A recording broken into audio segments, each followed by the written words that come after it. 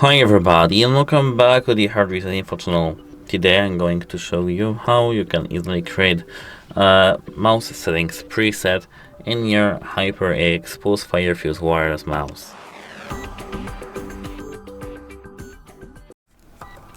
So here we are now in the HyperX Android application, and here in this application, as you can see, here we have some strange image.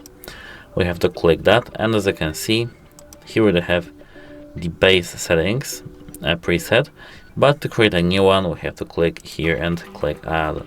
We can click new to create new preset, or click import to import here from file.